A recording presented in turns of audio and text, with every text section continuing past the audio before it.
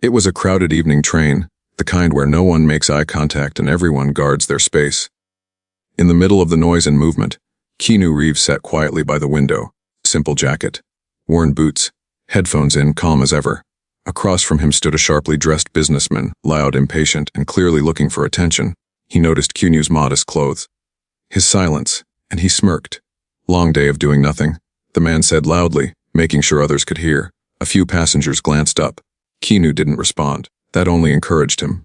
"People like you live off luck," he continued. "No ambition, no drive." Nervous laughter spread through the carriage.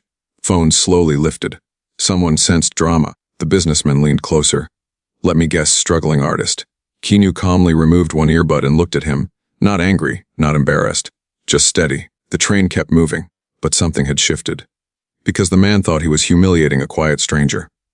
What he didn't realize, he had just picked the wrong person. And before the next stop, this entire train would understand exactly why. The train rattled through the city as the evening rush pressed in from every direction. People stood shoulder to shoulder, gripping metal poles, staring into their phones, counting the minutes until they could finally go home. In the middle of the carriage sat Keanu Reeves. No bodyguards, no designer suit, no attempt to stand out. Just a quiet man in a simple dark jacket, hands folded loosely, eyes calm. There was something grounded about him, a stillness that didn't match the chaos around him.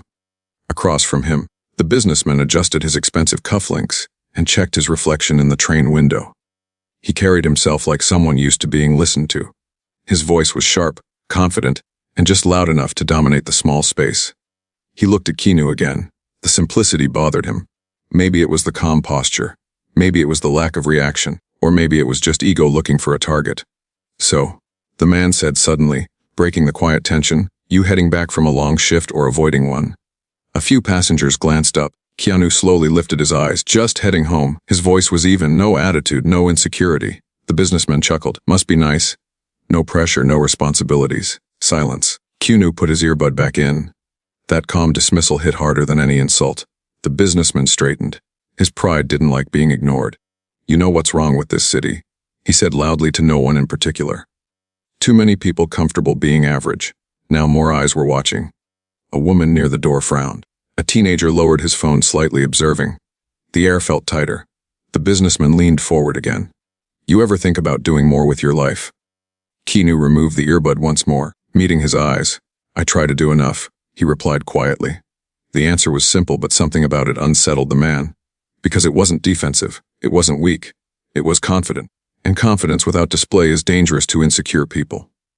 The train lights flickered briefly as it entered a tunnel. Reflections blurred against the windows.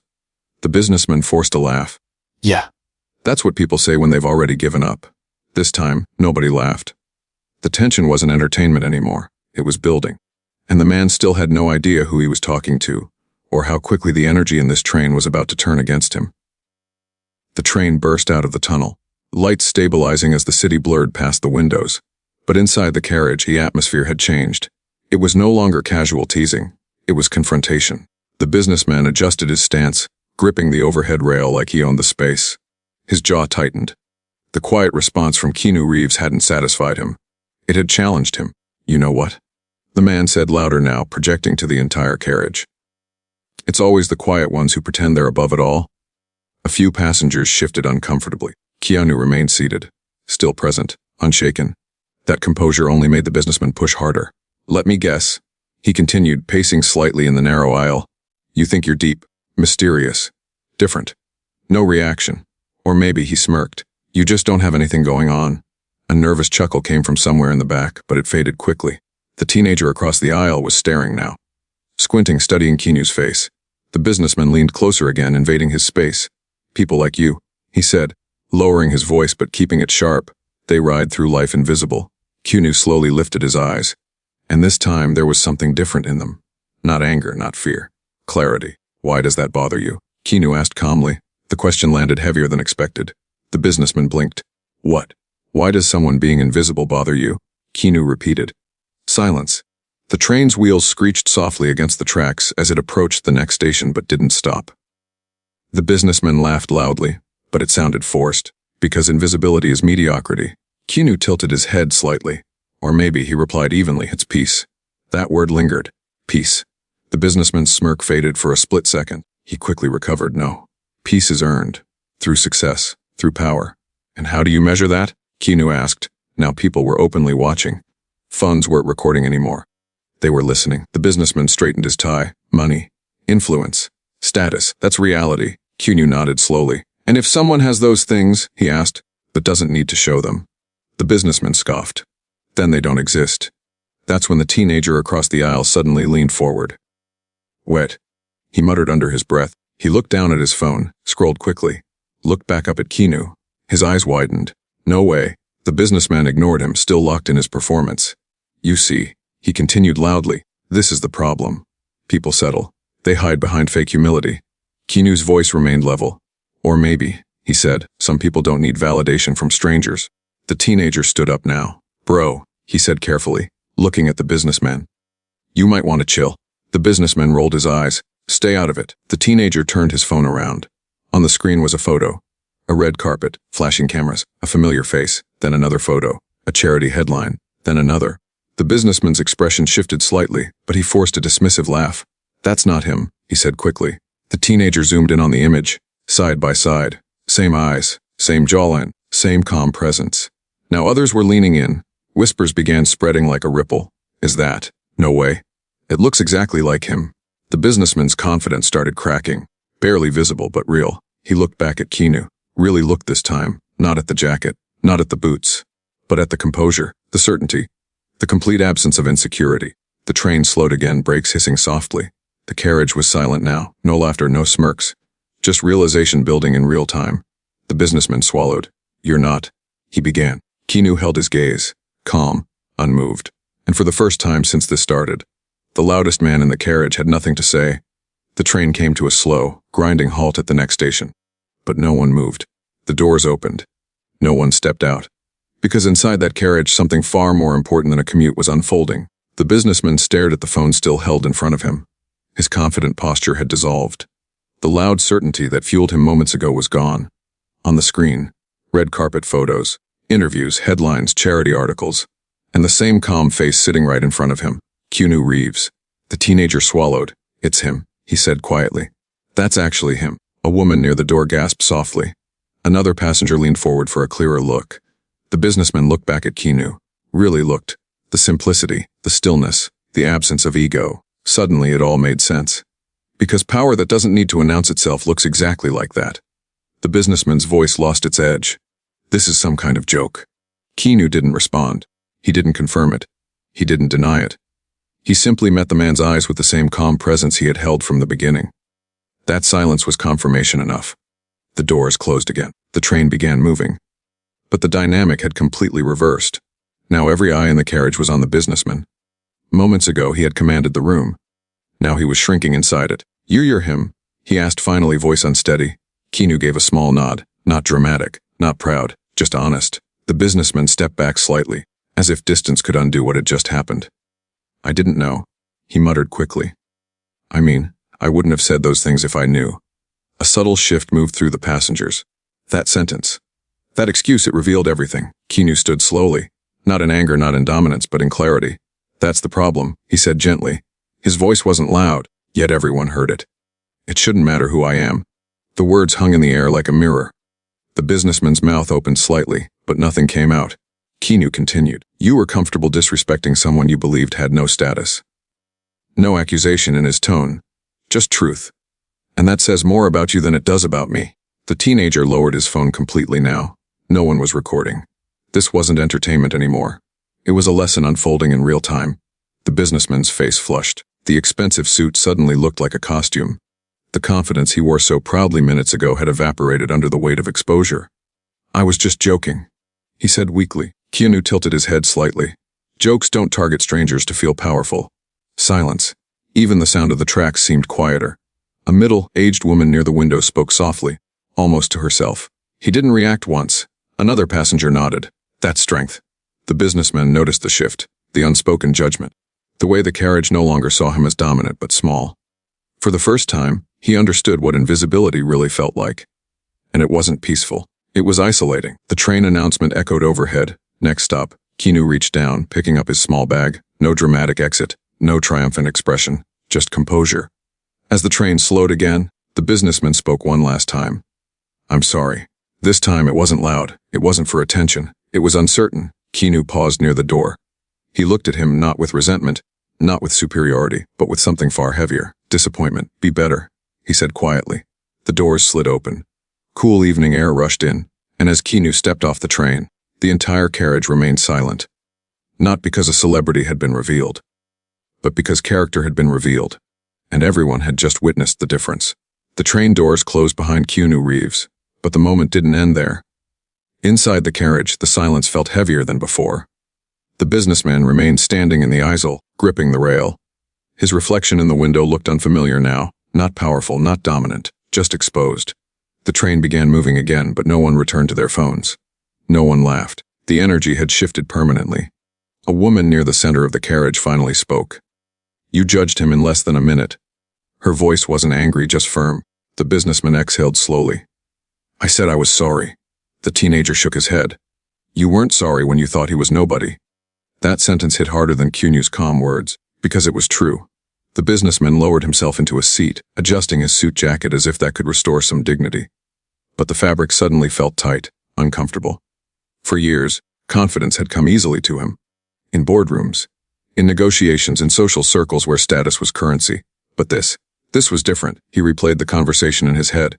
The smirk, the tone, the way he projected his own insecurities onto a quiet stranger. He had mistaken silence for weakness, stillness for lack of ambition, humility for mediocrity, and the irony was brutal, because the man he mocked was globally respected, not just for success but for kindness. A middle-aged man across from him finally spoke. "You know why he didn't react?" he asked. The businessman didn't answer. Because he didn't need to defend himself. The truth was settling into the carriage like fog. Real confidence doesn't shout. It doesn't perform. It doesn't search for validation. It simply exists. The train approached another station. More passengers stepped in, unaware of what had just unfolded, but those who had witnessed it carried a quiet awareness now. The businessman rubbed his forehead. "I work hard," he muttered, almost defensively. "I built everything I have." The teenager responded gently this time. "Then why did you need to tear someone else down?" That question lingered longer than any insult. The businessman didn't have an answer. Because deep down, he knew. It wasn't about Keanu. It was about control. About feeling superior in a space where no one knew his title or his income. On that train, stripped of office walls and assistants, he was just another person. And that made him uncomfortable. He looked toward the door where Keanu had exited. There had been no revenge, no humiliation, no dramatic exposure, just calm accountability. And somehow that was worse, because it left no enemy to blame, only a mirror. The train announcement echoed again. Next stop. This time, several passengers stood up.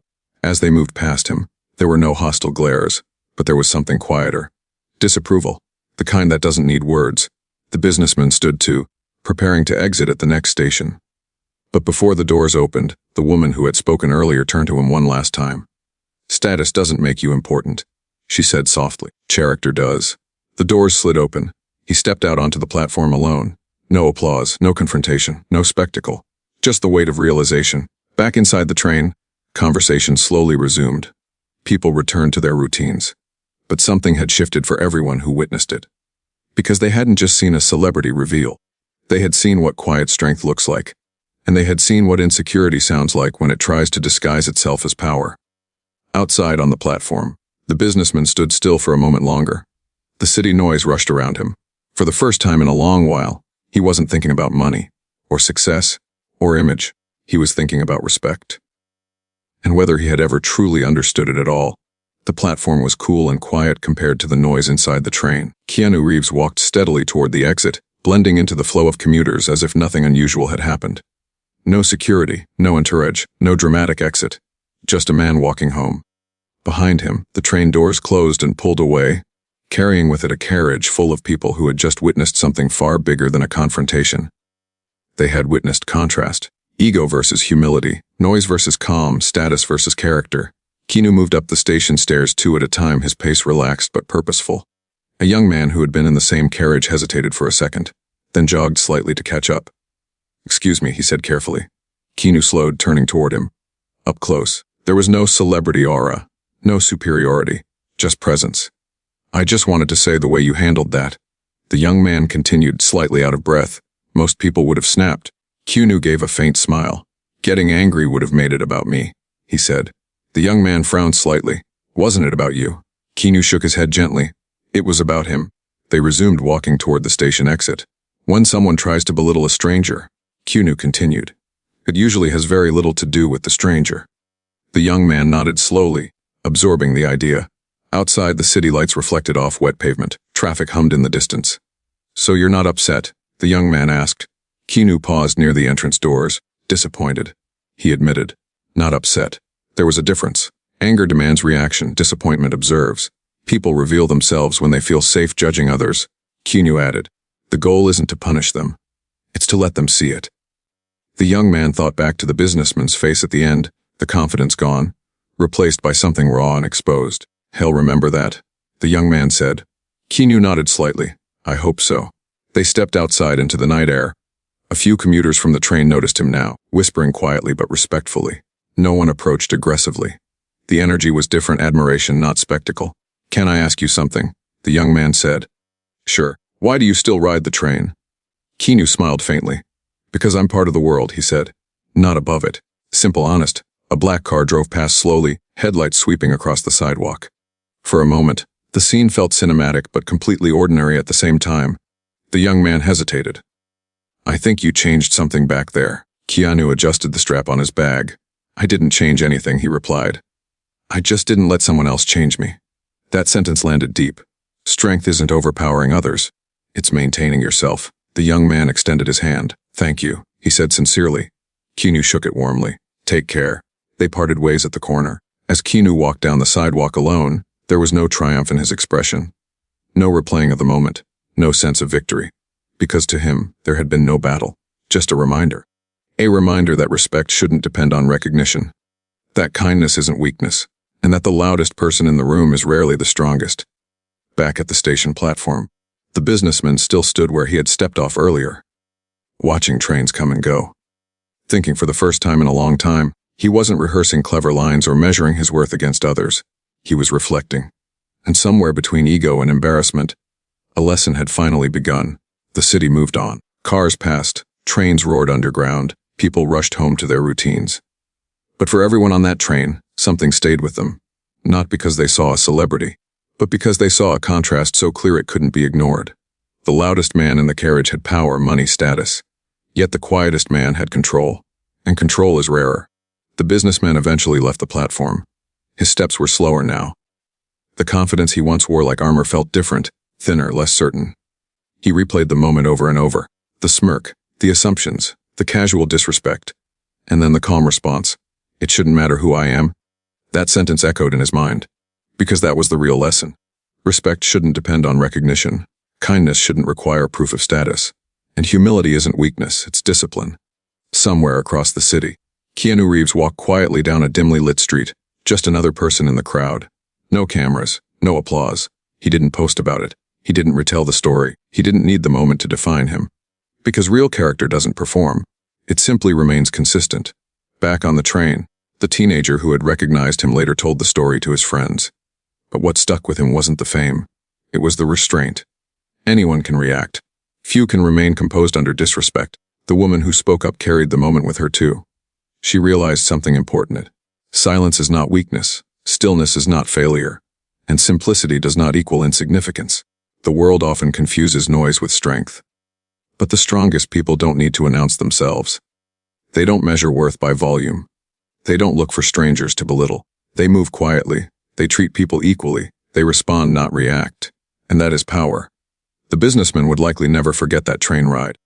Not because he embarrassed himself in front of a celebrity, but because he saw the gap between who he thought he was and who he actually was in that moment. Growth rarely begins with applause. It begins with discomfort. So here's the truth this story leaves behind. Judge less, listen more, respect everyone. Especially when you think they have nothing to offer you. Because you never truly know who someone is. And more importantly, you reveal who you are every time you decide how to treat them. Real strength doesn't shout. It doesn't mock. It doesn't need to win. It stands calm in the middle of noise. And when the moment passes, it simply walks away.